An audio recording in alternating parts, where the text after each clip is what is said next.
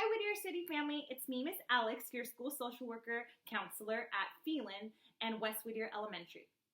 Over the week, I was in touch with a few teacher friends, and they let me know that some parents were having a hard time with discipline and tantrums and getting their kids to do work at home. So I thought, what better thing to do than give you guys a video with some tips on how to get your kids to do work a little bit easier. So let me go ahead and get started with our first tip, using a timer. So oftentimes when we work with students at school who are having a hard time getting work done, we use a timer. And so what we do is we usually will explain the timer to the child. So we'll say, hey, we're going to work for 5 minutes. And once you're done with those 5 minutes, you're going to get 10 minutes of time so that you can enjoy doing something that you like. And usually we want the child to pick that so that they have that internal drive to want to get the work done. So say they like playing Legos. All right, 5 minutes we're doing work. And then once we're done, we get 10 minutes of Lego time.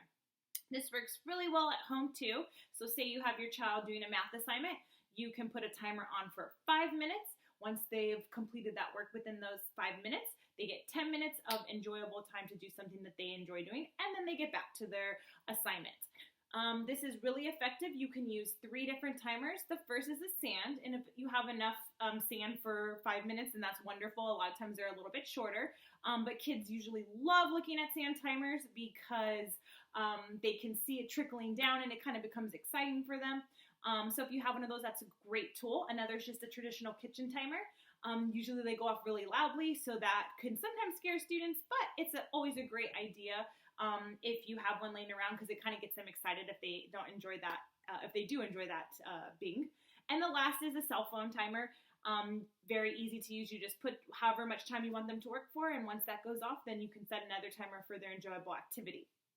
So that's my first tip.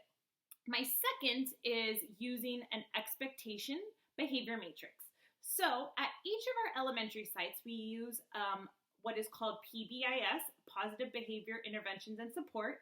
I know it's a lot, but our school is mapped out so we implicitly explain behaviors, our expectation for behaviors in each setting. So in the classroom, what are you expected to do? In the restroom, what are you expected to do? When you go to an assembly, what are you expected to do?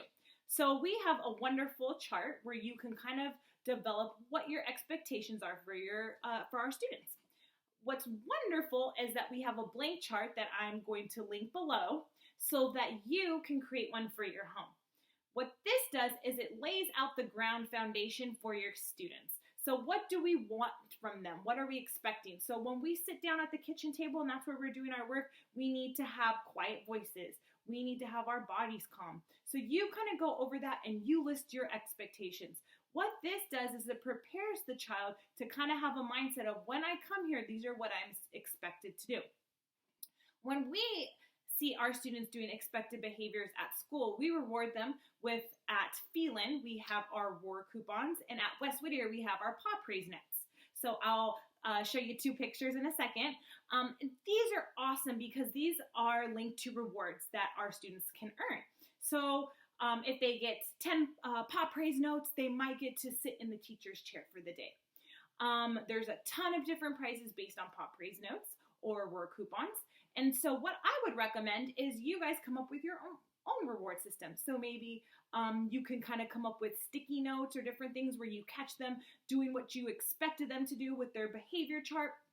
If they get 10 of those, then they get to pick where the family goes on a walk. So maybe it's around the block, maybe it's, they walk to school and back. So you kind of pick what works for you guys and your family.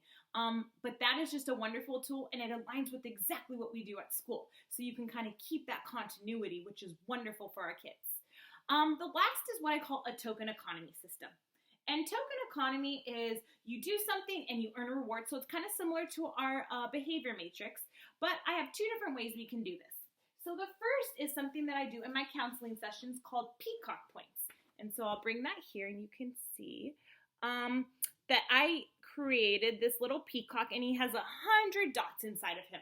So what I do is I explain expected behaviors in my counseling session, and I explain to students how they can earn peacock points. So if they're sitting in their chair, if their voices are quiet, if they participate, if they show me an expected behavior when everybody else isn't, they're going to earn Peacock points. And only I am allowed to reward the points. So the child does not fill in this chart. It's only for the adult.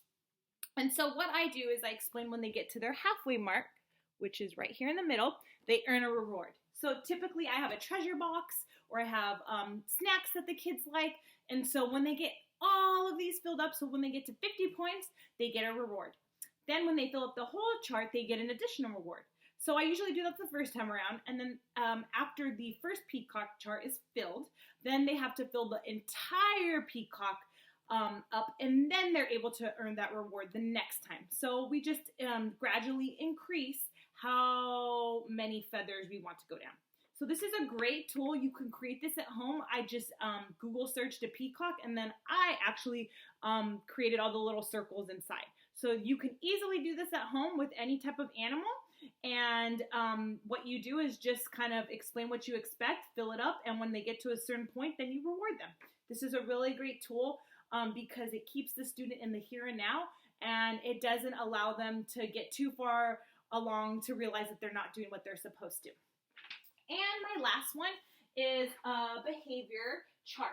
So what this looks like is usually I have you can create 3, 5, 10 blank squares. And so what I would do is explain to the child what they're expected to do.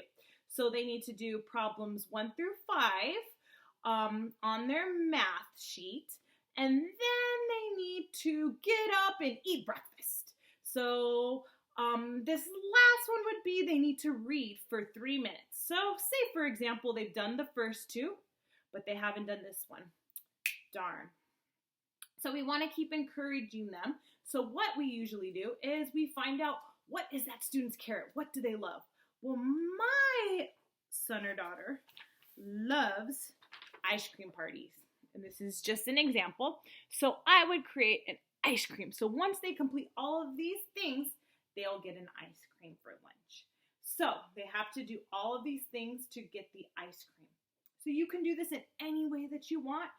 Usually I'll put a star in each box once they complete it. You can use sticky, so you can use this over and over again. But this is just an easy tool that you can create at home really quickly to kind of explain what you expect from your child at that time. All of these things are really great. And they're actually trauma-informed interventions, because what they do is they allow the child to have an understanding first of what they're expected to do. Once they do that, children usually have a sense of safety and security when they know what's expected of them.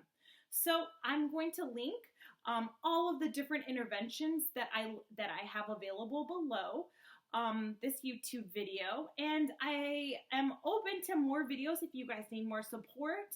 So you can leave any comments, and I'll be happy to try to create some more content to support you.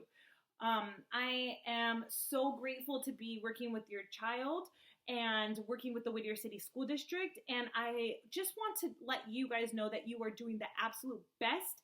We are so appreciative of all the work that you're doing at home, and please, please reach out to myself, your child's teacher, whoever, if you need support. We are here to help you, and that's exactly why I'm creating these videos. So I look forward to hearing from you and to continue to create some more content. So I hope you have a fabulous rest of your day, and I will see you soon.